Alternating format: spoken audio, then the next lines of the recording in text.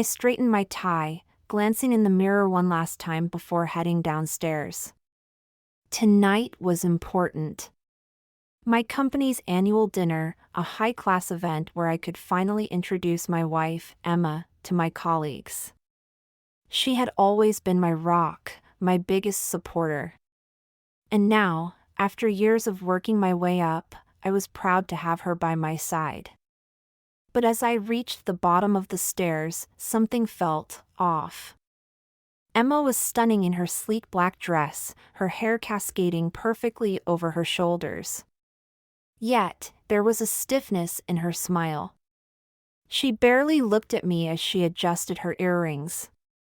"You ready?" I asked, stepping closer. "Yeah," she replied, but her voice lacked warmth. I frowned. Normally, she would compliment my suit, tease me about how nervous I got at big events. But tonight, she was distracted, her eyes flickering to her phone, her fingers typing something quickly before shoving it into her clutch. The drive to the venue was unusually quiet.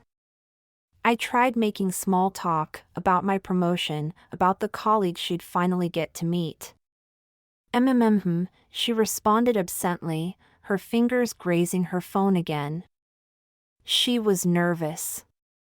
But why? I chalked it up to the pressure of meeting my coworkers. Maybe she just felt out of place. Yet, my gut whispered something else. Something was wrong. The ballroom was lively, filled with laughter, clinking glasses, and expensive perfume in the air. As we entered, I introduced Emma to my colleagues, feeling a sense of pride.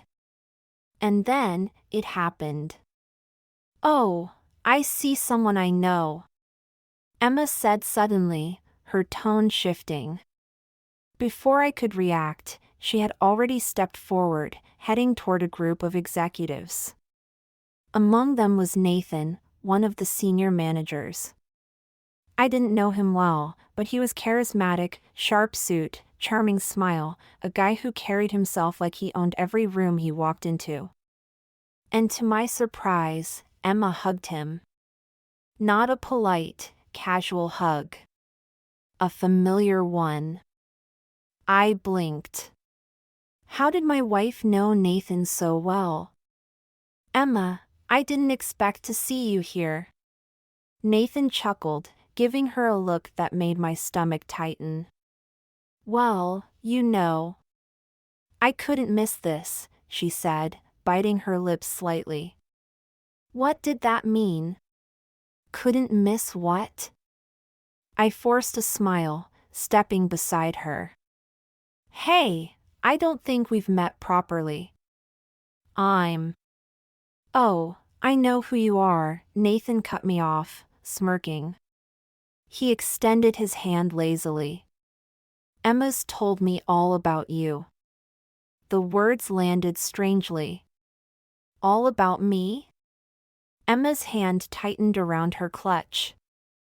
"Nathan and I worked on a project together a while back," she said quickly.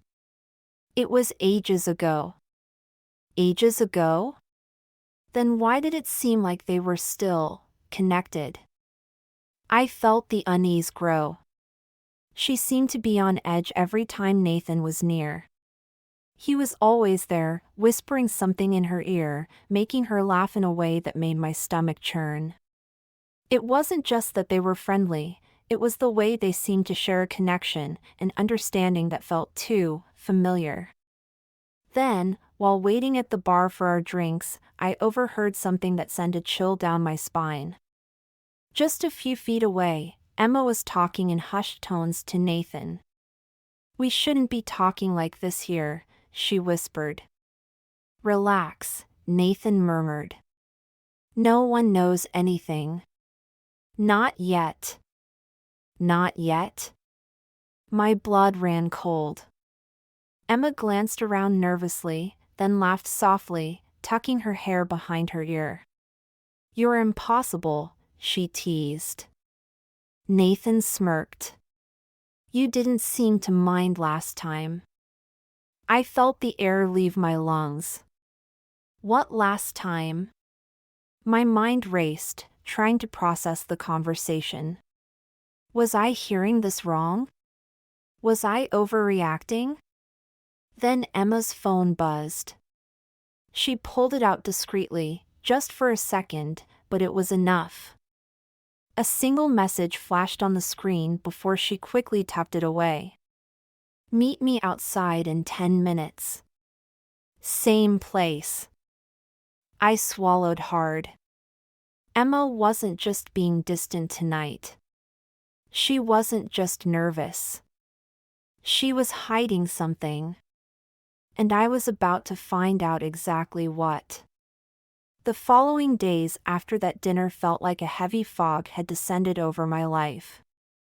The images of Emma and Nathan, laughing together, whispering to each other, kept replaying in my mind like a broken record.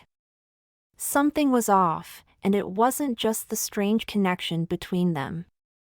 It was how different Emma had become in the last few weeks. The woman I thought I knew was slipping away from me, and I couldn't ignore it any longer. At first, I tried to convince myself I was imagining things. I chalked up her distance to stress, the pressure of juggling her job and our life together. She had always been the hardworking one, the one who pushed herself to the limit. But over the last month, the signs became harder to ignore. It started with the little things. She wasn't as present at home anymore.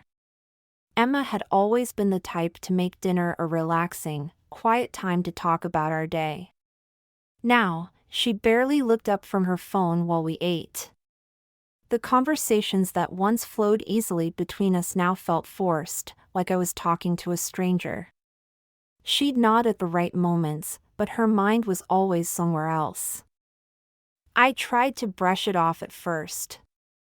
Maybe she was just tired. But then it started happening more frequently. There were more nights when she'd come home late from work and not tell me much about what she was doing. She'd simply say, "It's nothing, just catching up on emails," and I'd nod, pretending everything was fine. But that gut feeling, the one I couldn't shake, kept gnawing at me. Something was wrong. Then came the first red flag I couldn't ignore. One night, a few days after the company dinner, I came home early from work. Emma's car was in the driveway, but there was something odd about it. It wasn't parked straight. In fact, it seemed like someone had just rushed to park it, hurriedly thrown the keys inside, and ran off. The door to the house was unlocked. I stepped inside and was greeted by silence. I called her name. No answer. I went upstairs, but Emma wasn't in the bedroom. I could hear the shower running, though. Her phone was lying on the bed. Normally, she'd keep it on her at all times, but this time, it was just sitting there, face up.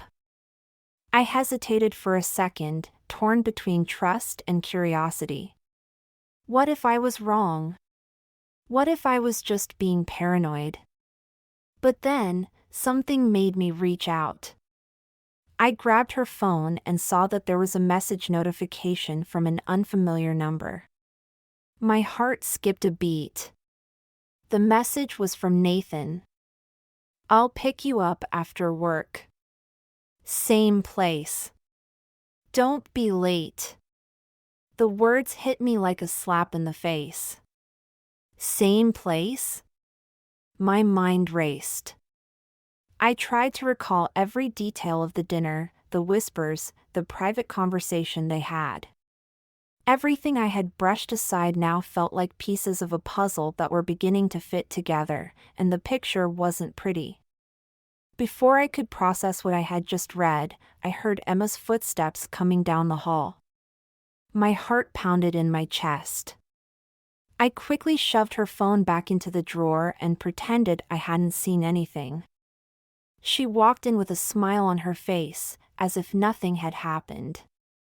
I tried to act normal, but inside, I was screaming. "Hey, babe. How was your day?"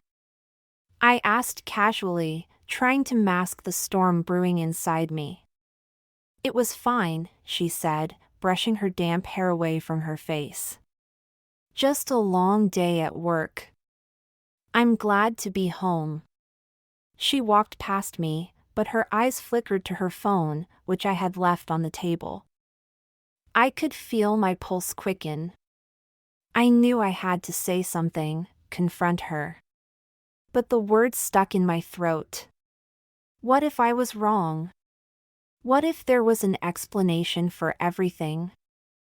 Days passed, and the tension between us only grew. Emma kept up her distant behavior, and I became increasingly paranoid.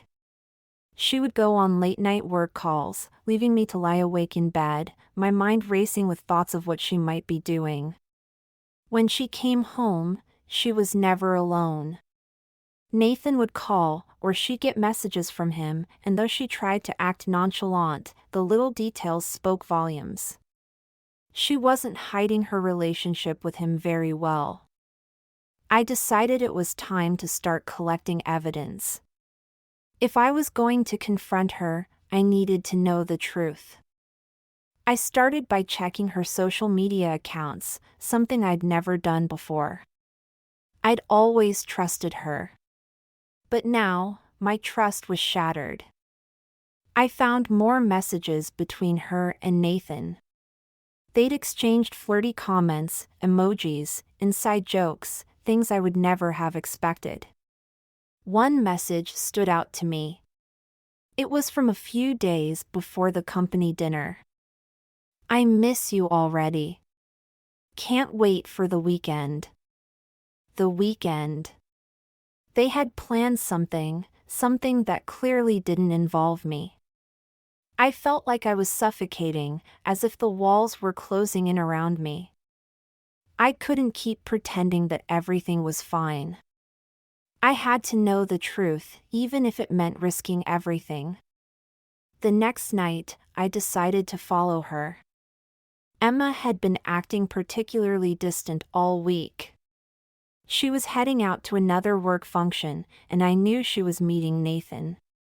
This time, I wasn't going to just sit at home, hoping for an explanation. I followed her car, keeping my distance but making sure I wasn't seen. She drove straight to a quiet hotel, one I'd never been to before. My heart sank. I parked down the street, watching as she got out of her car and walked into the building, her hand brushing Nathan's as he greeted her with a warm hug. I was shaking. This was real. I couldn't believe what I was seeing. My wife, the woman I had spent years with, the one I thought I could trust, was walking into a hotel with another man.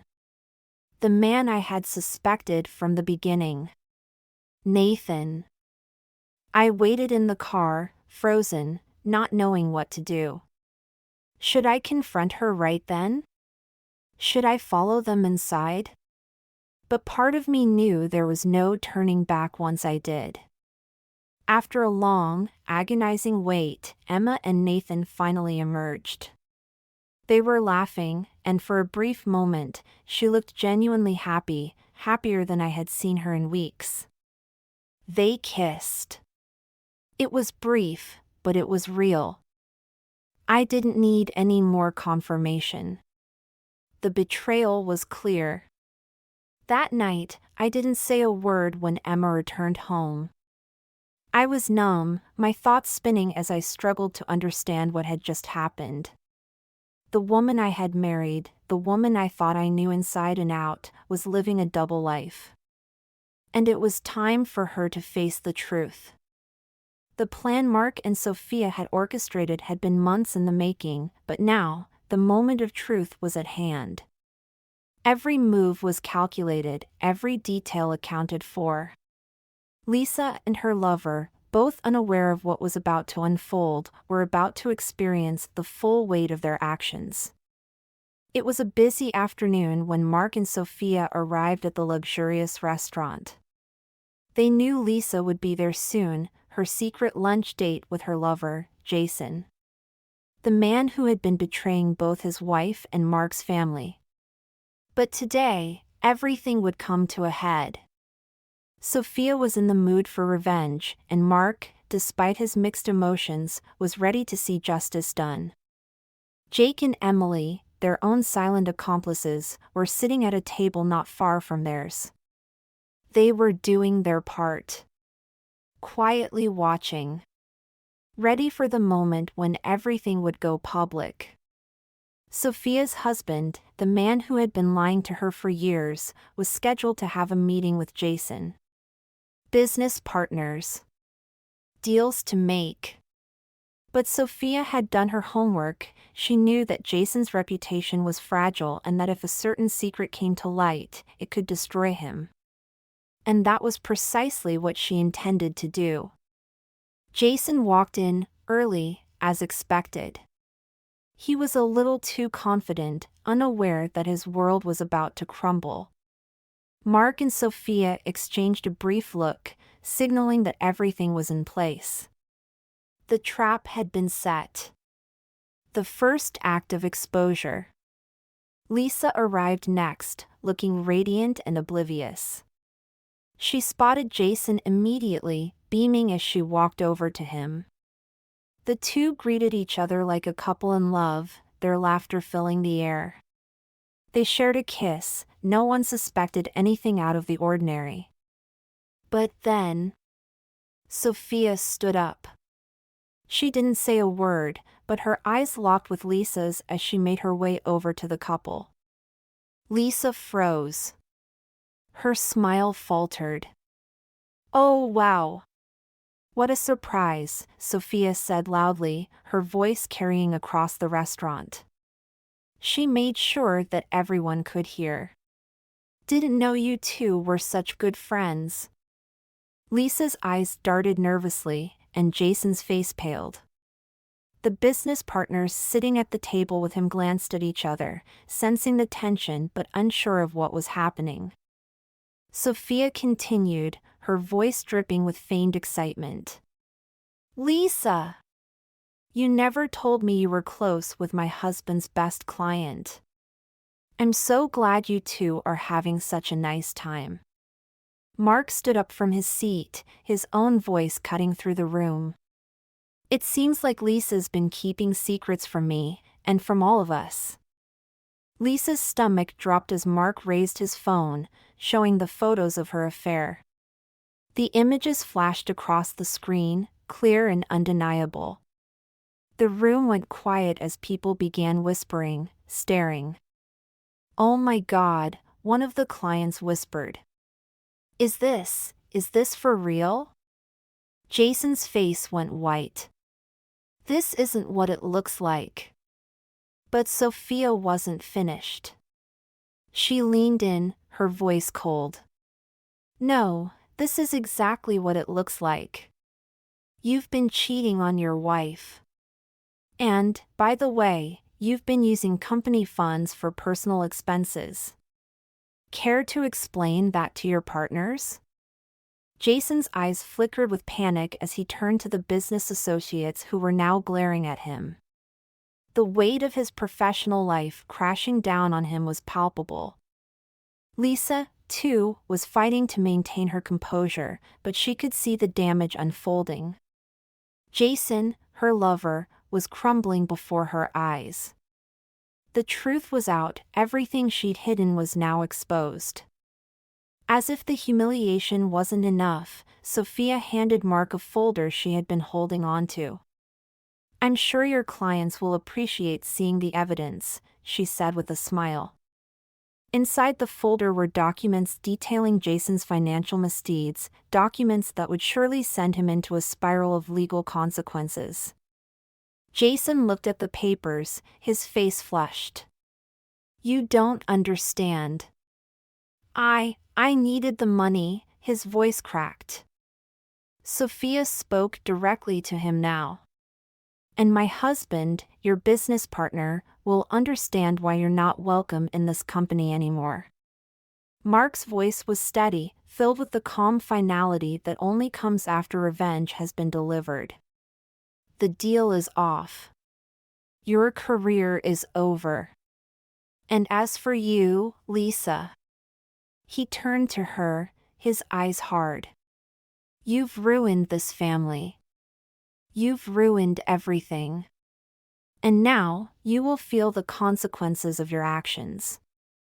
Lisa didn't speak. Her tears were the only response, but they were too late. The damage was irreversible. The restaurant was now buzzing with whispers. The clients, shocked by the exposure of both Jason's affair and his financial crimes, were already making moves to distance themselves.